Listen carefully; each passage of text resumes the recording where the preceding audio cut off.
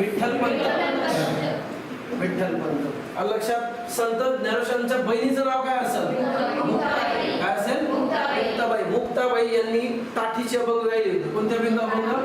टाठीचे अभंग गायले होते. लक्षात ठेवायचं. एक्झामला पुन्हा प्रश्न येईल की टाठीच्या अभंगाची रचना कोणी केली? मुक्ताबाई. लक्षात. पुन्हा आता ज्ञानेश्वर महाराजांचे दोन भावंड होते आणखी. एक निवृत्तीनाथ, एक सोपानदेव. मग हे चौघ जण होते. कोण कोण चौघ जण?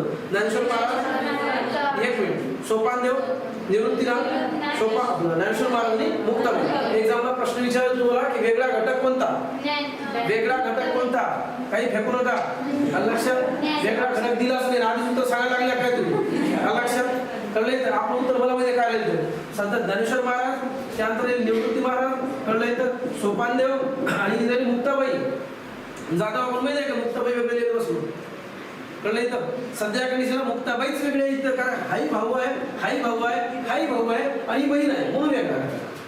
कळलंय तर. पण एक्झाम वाले असे लिहितात संत ज्ञानेश्वर महाराज, संत तुकाराम महाराज, लक्षात, निवृत्तीनाथ आणि मुक्ताबाई.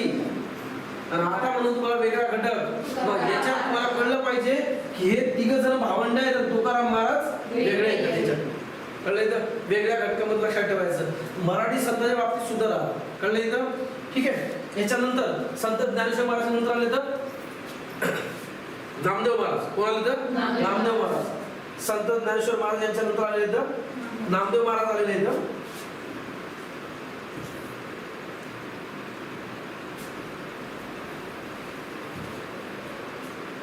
ज्ञानेश्वर महाराज आले आणि नामदेव महाराज म्हणतो. नामदेव महाराज. लक्षात. एक्झाम नामदेव महाराजच्या संदर्भात काय? त्यांचं गाव नरसी. काय असेल? नरसी. लक्षात. जिल्हा कोणता येतो? हिंगोली. कोणता येतो? हिंगोली. एक्झामला प्रश्न विचारतो तुम्हाला जिल्हा कोणता असेल? हिंगोली. ठीक आहे. नरसी म्हटलेलं आहे आपण. संत नामदेव महाराजांचे वचन. लक्षात. शिखांचा धर्मग्रंथ. लक्षात. पुढे असेल गुरुग्रंथ साहिब. गुरुग्रंथ साहिब. पेपरला प्रश्न पुन्हा विचारल. आता शिखांचा धर्मग्रंथ जर गुरुग्रंथ साहिब असेल, कळलं तर शीख लोक भारतामध्ये कोणत्या प्रांतामध्ये? आता पंजाब प्रांतामध्ये. कुठे?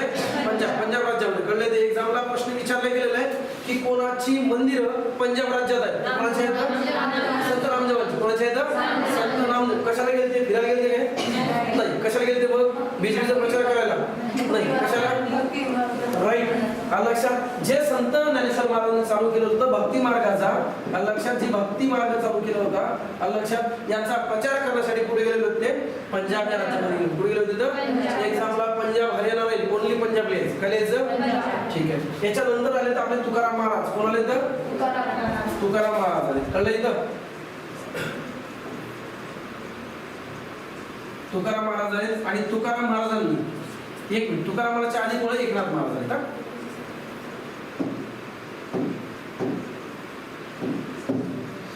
नंतर कोण आहेत? एकनाथ महाराज. एक्झामला प्रश्न दोन. याच्यावर प्रश्न कसे सांगा? भावार्थी दीपिका कोणाची होती? ज्ञानेश्वर महाराज. लक्षात. पंजाबला कोण गेलं? नामदेव महाराज. एकनाथ महाराजचे भारुडे प्रसिद्ध आहे. काय प्रसिद्ध आहे तर? काय झालं?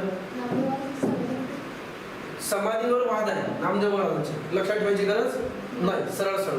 कारण जी प्रश्न जन्मस्थळ विचारलेलं आहे, कोणी म्हणतात पंढरपूरला आहे तर कोणी म्हणतात कुठं आहे. कळलं इथं? याच्या कारणामुळे त्यांच्यावर प्रश्न नाही विचारणार कधी सुद्धा एक्झाम मध्ये. आणि डोक्याला तारे देत व्हॉट्सअपला प्रश्न तारच नाही घ्यायचा कधी. कोणाक म्हटल्याचं उत्तर सांग. लक्षात. आपल्याला अभ्यास करणे, आपल्याला कीर्तन भागवत करणे आहे का? नाही. ते कीर्तन भागवत सांगितलं जाते. कोणी म्हणतात पंढरपूरला आहे, कोणी म्हणतात पंजाबलाच आहे, तर कोणी म्हणतात कुठे. कळलं इथं? जन्म ठिकाण माहिती आहे आपल्याला आणि ज्यांची प्रॉपर ऑथेंटिक माहिती आहे त्याचं सांगायचं. ठीक आहे. आणखी तुम्हाला विचार की संत नामदेव महाराजांचं आडनाव काय असेल? रेडेकर. काय असेल? रेडेकर. कळलं इथं? आता कोण आले तर? एकनाथ महाराज. कुठं आहे जन्मभूमी? कर्मभूमी पैठण. आणि मृत्यू सुद्धा कुठे आहे? पैठण. यांचा काय प्रसिद्ध आहे? भारुडे प्रसिद्ध. काय प्रसिद्ध आहे तर? भारुडे प्रसिद्ध. एक्झामला प्रश्न विचारलेला आहे गवळणी आणि भारुडे कोणाचे प्रसिद्ध आहे? भारुडे म्हणण्याचा प्रकार आहे ना, महाराष्ट्रात आहे ना. कळलं इथं? ती कोणाची रचना होती? एकनाथ महाराज. कोणाची रचना होती? एकनाथ महाराज. कळलं इथं? एकनाथ महाराज एवढंच लक्षात ठेवा. यांच्या आहे रुक्मिणी स्वयंवर हा ग्रंथ आहे. रुक्मिणी स्वयंवर हा काय ग्रंथ आहे? प्रसिद्ध आहे. कळलं इथं? त्यानंतर भावार्थ रामायण प्रसिद्ध प्रसिद्ध आहे. काय भावार्थ रामायण. कळलं इथं? ठीक आहे. मला सांगा नदी कोणती आहे? नदी पैठणची नदी कोणती आहे? गोदावरी. कोणती आहे? गोदावरी. कळलं इथं? त्या गोदावरीवर एक मोठा डॅम आहे तिथं. लक्षात? त्याला काय म्हणतो आपण? नाथसागर. काय म्हणतो आपण? नाथसागरचं नाव काय प्रसिद्ध? नाथसागर त्यांना दिलेलं नाव आहे. कळलं? त्याला म्हणतो जायकवाडी प्रकल्प. आणि आता जायकवाडी प्रकल्पावर तुम्हाला माहिती सांगतो. हा महाराष्ट्रामधला असा एकमेव प्रकल्प आहे लक्षात जिथे यूज केलेलं पाणी पुन्हा रियूज केलं जातं. लक्षात? जायकवाडी प्रकल्पावर ऊर्जा प्रकल्प आहे. यामध्ये त्याला काय म्हणतो आपण? एकदा वापरलेलं पाणी लक्षात पुन्हा यूज केलं जाते. कळले? तो कोणता प्रकल्प आहे? जलसाठ्यामध्ये महाराष्ट्रात एक नंबर कोण आहे? जायकवाडी. पण ऊर्जा निर्मितीमध्ये कोणता आहे? कोयना. कोणता आहे? कोयना. कुठे आहे ते? सातारा. त्याचं नाव आहे शिवाजी सागर. काय असेल? शिवाजी सागर. मला सांगा शिवाजी सागर कोणत्या धरणात? कोणत्या धरणाला म्हणतात? कळले? नाथसागर. जायकवाडी कोणत्या नदीवर? सांगा. कोयना नदी. कोणत्या? मला सांगा नदी कोणती? कोयना. कोणतं राज्य आपलं? कोणता जिल्हा? कोणता जिल्हा? काय असेल? संभाजीनगर. ठीक आहे. आता एकनाथ महाराजच्या नंतर तुकाराम महाराज. कोणाला येतं? तुकाराम महाराज. आणि तुकाराम महाराज बद्दल तुम्हाला कन्फर्म पेपरला प्रश्न दरवर्षी राहतो. सांगा तुकाराम महाराजांचे काय प्रसिद्ध आहे? अभंग. काय प्रसिद्ध आहे? संत तुकाराम महाराजांचे काय प्रसिद्ध आहे? अभंग. ठीक आहे. तुकाराम मी देत बसत नाही ते समजून घेतलं कारण तुम्ही ऐकणार असाल. तुकारामाचे काय प्रसिद्ध आहे? अभंग. एक्झामला विचाराल अभंग. अभंग कोणाचे प्रसिद्ध? कोणाचे दिसाल? अभंगाचे प्रकार दोन. अभंगाचे प्रकार किती म्हणायचे? दोन. एकाला म्हणतात लहान, एकाला म्हणतात मोठा. एकाला म्हणतात मोठा. एक्झामला विचाराल तुम्हाला अभंगाचे प्रकार कोणते कोणते? एक प्राचीन अभंग, आधुनिक अभंग. लहान अभंग, मोठा अभंग. तर कोणतं उत्तर दिसाल? लहान आणि मोठा. हेच नाव आहे. लहान आणि मोठाच नाव आहे. कळलं इथं? वेगळं दुसरं नाही. सांगा तुकाराम महाराजांचं आडनाव काय होतं? आंबिले. आंबिले. काय होतं? आंबिले. तुकाराम वल्लोबा आंबिले. यांचा जन्मगाव कोणतं होतं रे? देहू. कोणतं होतं? देहू. देहू कुठे ते? पुण्यात. पुन्हा तीच नदी आली. कोणती? इंद्रायणी नदी. कोणती नदी? इंद्रायणी नदी. कळलं इथं? सांगा तुकारामांचे काय प्रसिद्ध? अभंगाचे प्रकार दोन. आडनाव काय होतं? हे सावकाराचा मुलगा होता. घरी किराणा माल असं कोणाच होतं? किराणा माल असं होतं. सावकाराचा मुलगा. लक्षात ठेवायचं. आता महत्वाची बाब जी पेपरला प्रश्न विचारते शिवाजी महाराजांच्या समकालीन होते. कळलं इथं? काय होते? शिवाजी महाराजांच्या समकालीन असणारा संत कोणता? संत तुकाराम महाराज आणि एक स्वामी समर्थ महाराज रामदास स्वामी. कळलं इथं? दोन व्यक्ती येतात. पहिले लक्षात ठेवा. आता तुकाराम महाराज यांची रचना कशाची आहे? अभंगाची म्हणतो आपण. कळलं इथं? यांचा जन्मगाव देव, कर्मभूमी देव आणि मृत्यू सुद्धा कुठं? देव. मृत्यूबद्दल वाद आहे त्यामुळे लक्षात ठेवायची गरज नाही तुम्हाला. ठीक आहे. पेपरला यांच्या संदर्भात आलेले प्रश्न डिटेल पैकी जर पाहतो यांच्या गावावरून प्रश्न जास्त आलेले आहेत. ठीक आहे. आता याच्यानंतर कोण आलं? रामदास स्वामी. कोण आले? रामदास स्वामी.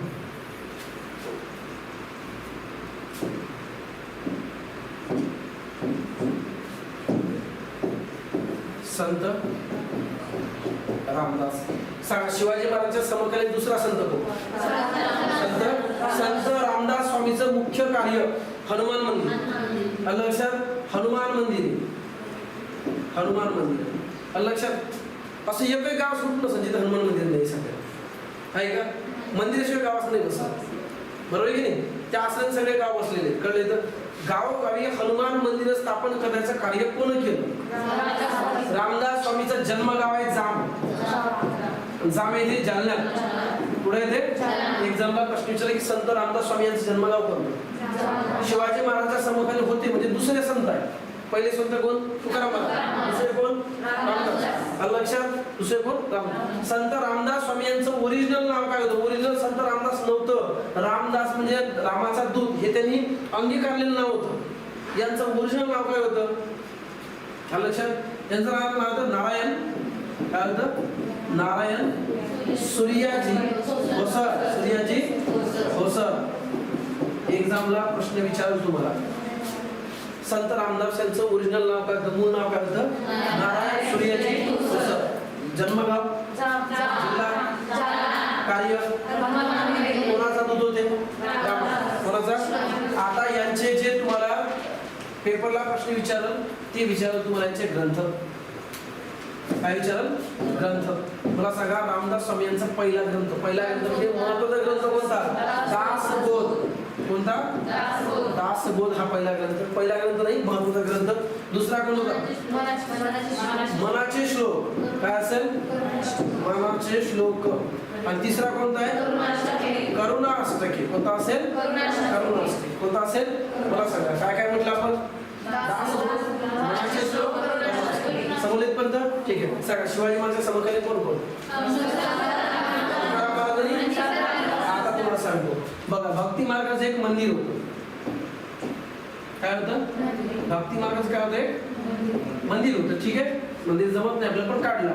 सांगा याचा पाया कोणी घातला? पाया भक्ती मार्गाचा पाया कोणी घातला? संत ज्ञानेश्वर महाराज. कोण? संत ज्ञानेश्वर महाराज. कळलं इथं?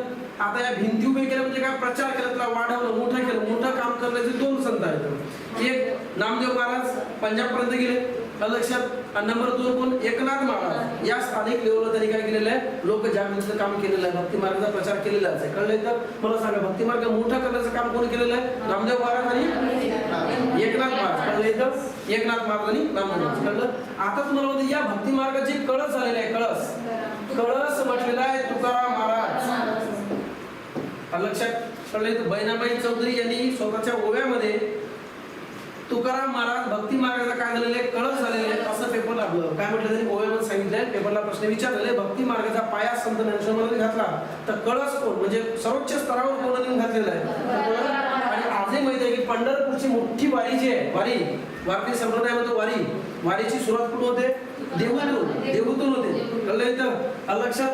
आणि वारीची परंपरा कोण चालू केलेली आहे? संत तुकाराम महाराज. कळलं? त्याला संरक्षण सुद्धा शिवाजी महाराज समाजाने त्या काळात दिलेलं होतं. लक्षात ठेवायचं. ठीक आहे. आता महत्त्वाचा पुन्हा प्रश्न, बहिणाबाई चौधरी यांची भाषा कोणती? बहिणाबाई चौधरी यांच्या ओव्या. बहिणाबाई चौधरी यांच्या काय प्रसिद्ध? ओव्या. बहिणाबाई चौधरी ह्या कुठल्या होत्या? खानदेशच्या. खानदेशची भाषा कोणती असते? अहिराणी. कोणती आहे?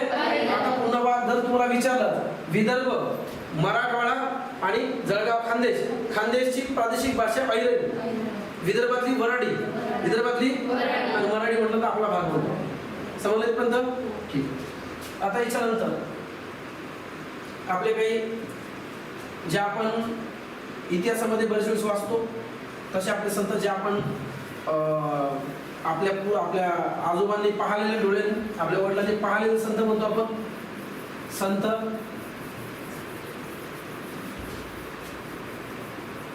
तुकडोजी महाराज आणि दुसरे कोणते संत? गाडगे बाबा. याच्यावर प्रश्न गेले तुम्हाला पाहायला भेटलेले आहेत. संत म्हटल्यापेक्षा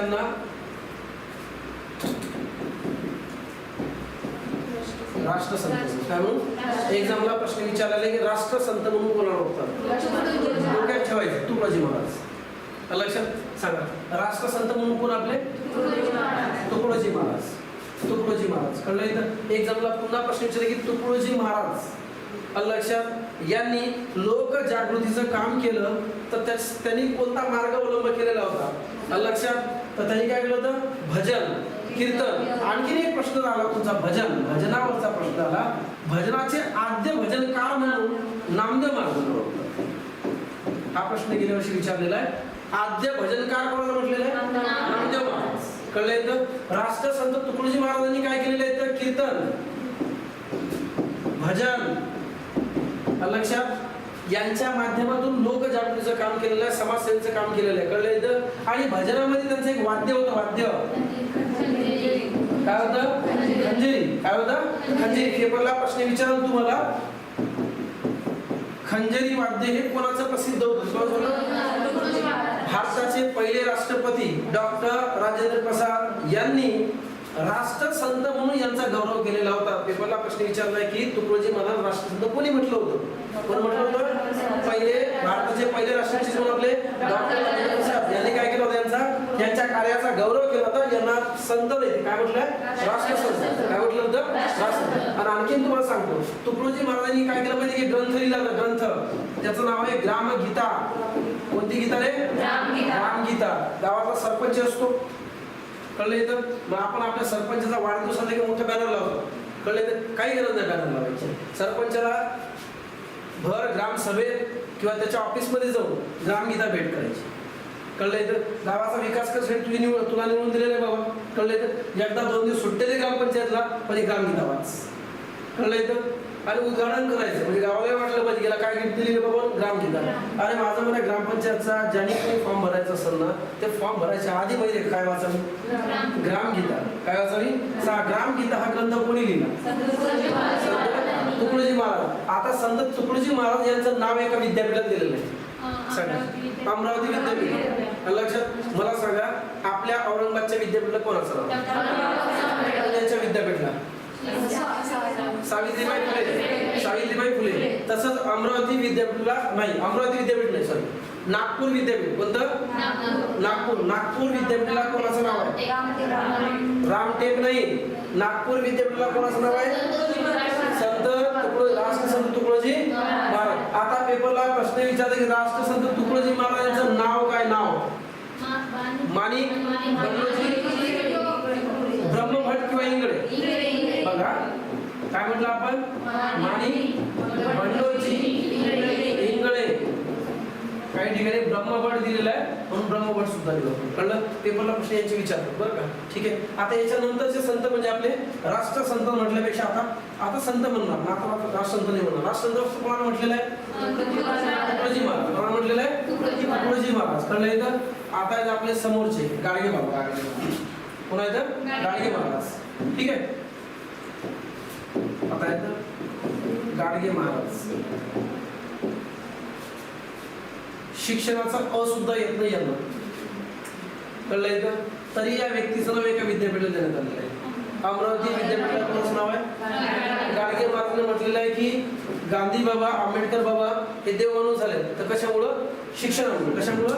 शिक्षणामुळे. शिक्षणाचं महत्व यांनी एका ओळीत सांगितलं होतं. मला ती ओळ होती मोडी विका पण शाळा शिका. मोडी विका पण शाळा शिका. शिकल्यानं माणूस मोठं होते हा एकच यांनी मंत्र दिलेला. शिकलेला माणूस मोठं होतं, बाकी कशाला मोठं होत नाही. कळलं इथं? म्हणून शिक्षण हे काय म्हणतो आपण येणाऱ्या पिढीला द्यावंच लागेल. कळलं तर द्या असा यांचा आग्रह होता. आता गाडगे बाबा जर पाहतो म्हटलं तर अमरावती महानगरपालिकेचे सध्याचे यांचे 24 तास कर्मचारी बिनपगारी. का असं का म्हटलं ते की अमरावती शहराचा जोही परिसर होता या परिसराची सगळी स्वच्छता सगळी म्हणजे जेवढी पॉसिबल होईल, लक्षात जेवढी पॉसिबल होईल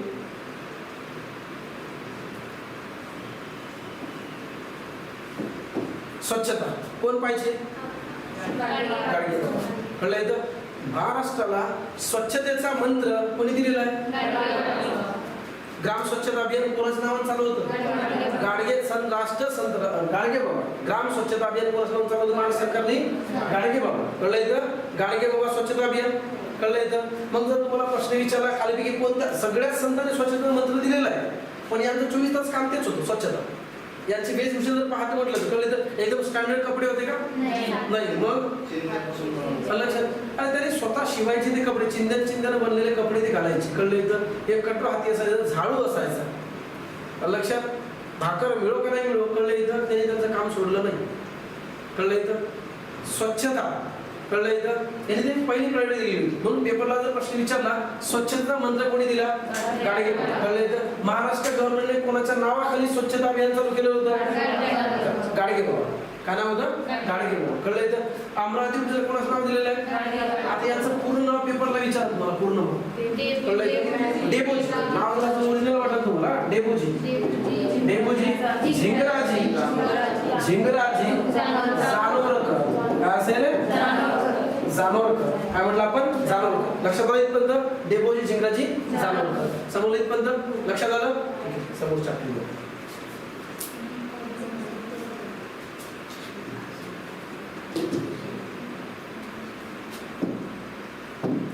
संतांना प्रश्न येतो. याच्या व्यतिरिक्त तुम्हाला माहिती तुम्हाला कोणती वाचायची माहिती आहे का?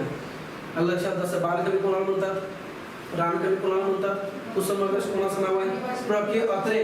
लक्षात याच्यात तुम्हाला केशव सूत. एक मिनिट. केशव सूत आणि केशव कुमार या दोघात फरक बघा. केशव कुमार काय नाही तर र आला इथं नावात र असलं पाहिजे. काय असेल? प्र के अत्रे अत्रे अत्रे र. याच्या आडनावात र आहे म्हणून कुमारचा र. आलं लक्षात? मला सांगा प्रल्हाद केशव अत्रे, प्र के अत्रे कोणाचं नाव? याचं नाव काय? केशव कुमार. मग आता हे उरलं केशव सूत यांच्या टोकाला र आला का इथं? नाही आलं, मग इथं येणार नाही. याला काय म्हणतात? केशव सूताचं नाव काय असेल? केशव कृष्णाजी दामले.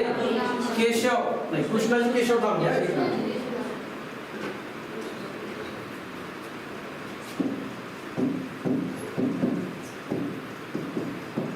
कृष्णाजी केशव दामले. सांगा दामले कोणाला म्हटलेलं? दामले सुतार. केशव सुतारला काय म्हटलं आपण? दामले. याच्या आडनावात र येते का?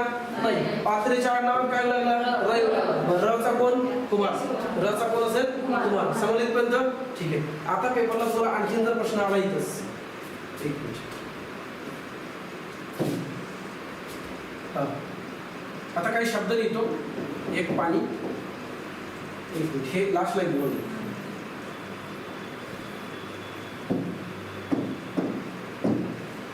लास्ट लाईन बरोबर. आता याच्यानंतर प्रश्न पडेल तुम्हाला भाषा या प्रकरणावर. ठीक आहे. एक एक्झाम्पल तुम्हाला वर्ण आणि व्यंजन विचार. काय विचारलं? वर्ण. वर्ण जर विचारलं तर काय विचार? वर्ण विचारल्यास काय करतात? सर्व कंप्लीट. वर्ण म्हटलं तर काय काय? व्यंजन मोजायचे, त्यानंतर स्वर मोजायचे आणि स्वराधिकार मोजायचे. आणि ओनली व्यंजन म्हटलं तर व्यंजनच मोजायचे. फक्त मला मोजून दाखवा. याच्यात व्यंजन किती आहे? नैऋत्य नाव आहे, याच्यात व्यंजन किती आहे? तोंडी सांगा. हे अशी डबल रफार आहे. नैऋत्य या शब्दामध्ये व्यंजन किती आहे? व्यंजन जर इथे व्यंजन मोजा ना. पहिला कोण आहे? एक नव. दुसरा कोण येतो? रूपशीचा येतो का? नाही. पण याच्यावर काय आहे? रफार आहे. किती जर येतो? दोन. नंतर कोण येतो? हात, नैऋत्य आणि शेवटी काय? सांगा व्यंजन किती झाले? व्यंजन किती झाले? चार. कळलं इथं? आणि त्याचं वर्ण म्हटलं असतं तर कम्प्लीट. तुम्हाला एवढीच सवय फक्त व्यंजन मोजायची. वर्ण म्हटलं तर सगळंच मोजायचं. हा न त्याला डबल मात्रा आहे म्हणजे अय्यला यामध्ये. कळलं इथं? त्याच्यानंतर कोणता आहे? रूपशीचा रफार आली आहे. त्यानंतर अर्धात नंतर य आणि याला काय असेल? पाय मोडलेलं नसल्या कारणामुळे असुद्धा असेल. कळलं? म्हणजे वर्णाची संख्या जास्त वाढू शकते ऍज कम्पेअर करून असेल व्यंजनाची. मग आता तुम्हाला जर म्हटलं